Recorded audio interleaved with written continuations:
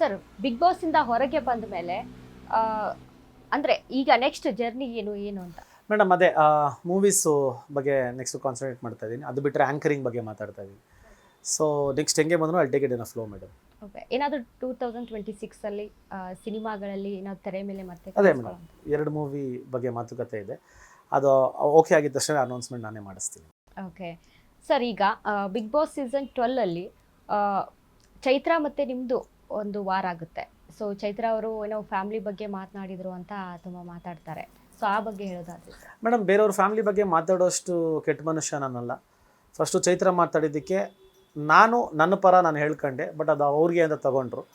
Actually ನಾನು ನಿಜ ಹೇಳಬೇಕು ಅಂದರೆ ಟಾಂಗ್ ಕೊಡಬೇಕು ಅಂತಲೇ ಮಾತಾಡಿದ್ದು. ಬಟ್ ಆದರೆ ಮಾತಾಡುವಾಗ ಮಾತು ಮೇಲೆ ನಿಗಾ ಇರಬೇಕು. ಮಾತಾಡಿದ ಮೇಲೆ ನಾವು ವಾಪಸ್ ಟಾಂಗ್ ಕೊಟ್ಟಾಗ ಕೂತ್ಕೊಂಡು ಅಳೋದಲ್ಲ. ಸೊ ಅವ್ರಿಗಿಂತ ಬೇಜಾರು ನನಗಾಗಿದ್ದಕ್ಕೆ ನಾನು ಮಾತಾಡಿದ್ದು.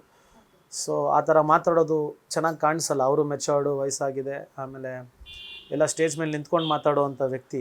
ಆ ಥರ ವ್ಯಕ್ತಿಗಳು ಎಲ್ಲೆಲ್ಲಿ ಹೆಂಗೆ ಇರಬೇಕು ಹಂಗೆ ಇರಬೇಕು. ಅದನ್ನು ಅರ್ಥ ಮಾಡ್ಕೊಂಡ್ರೆ ಒಳ್ಳೆಯದಾಗುತ್ತೆ ಮೇಡಮ್. ಓಕೆ, ಅಂದ್ರೆ ಚೈತ್ರ ಅವರ ಮದುವೆ ಟೈಮಲ್ಲಿ ನೀವೇ ಅಲ್ಲಿ ನಿಂತು. ಅದು ಅವ್ರವ್ರು ಅರ್ಥ ಮಾಡ್ಕೊಬೇಕು ಮೇಡಮ್. ಅದ್ರ ಬಗ್ಗೆ ನಾನು ಕಮೆಂಟ್ ಮಾಡಲ್ಲ. ಓಕೆ ಸರ್, ಅಂದ್ರೆ ಫ್ಯಾಮಿಲಿ ಬಗ್ಗೆ ಮಾತಾಡಿದ್ರು ಅಂತ ಹೇಳ್ತಾರೆ. ಅವರು ಕೂಡ ಕೆಲವೊಂದಿಷ್ಟು ನಾಲ್ಗೆನ ಹರಿಬಿಟ್ಟಿದ್ರು.